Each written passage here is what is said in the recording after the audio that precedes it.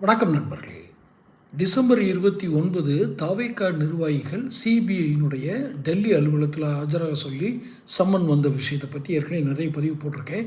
இந்த பதிவில் அந்த சம்மன் வந்ததில் விஜயினுடைய பிரச்சார வேன் ஓட்டுநர் டிரைவரும் அழைக்கப்பட்டிருக்கிறார். ஏன் பதிவுக்குள்ளே போகிறதுக்கு முன்னாடி சேனல் சப்ஸ்கிரைப் பண்ணாதவங்க சப்ஸ்கிரைப் பண்ணிக்கோங்க, நோட்டிஃபிகேஷன் பெல் பதிவு பண்ணிக்கோங்க. அப்போ தான் என்னுடைய பதிவுகள் வந்து சேரும்.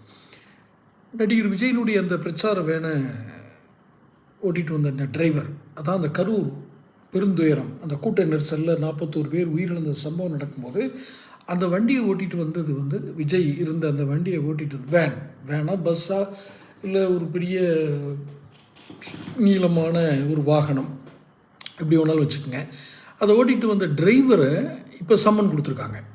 ரொம்ப நுணுக்கமாக கவனிங்க.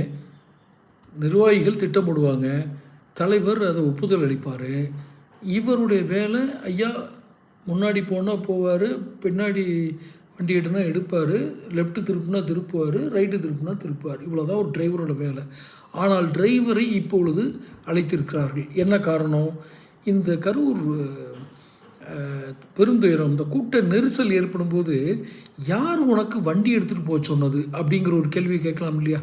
வண்டி எடுத்துகிட்டு கிளம்பு, வண்டி எடு, முதல்ல பின்னாடி எடு அல்லது முன்னாடி எடு, எப்படியா வண்டி எடுத்துகிட்டு கிளம்பு, இந்த இடத்த விட்டு நின்றுவோம் அப்படின்னு சொன்னது யார்? முதல் கேள்வி.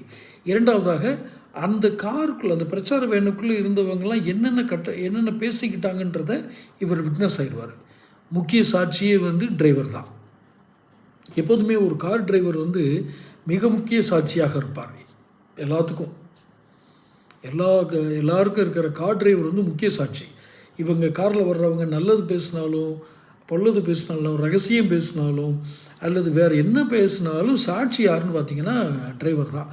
அதனால தான் விஜயினுடைய அந்த வேன் டிரைவர் வந்து முக்கிய சாட்சி ஆகிறாரு.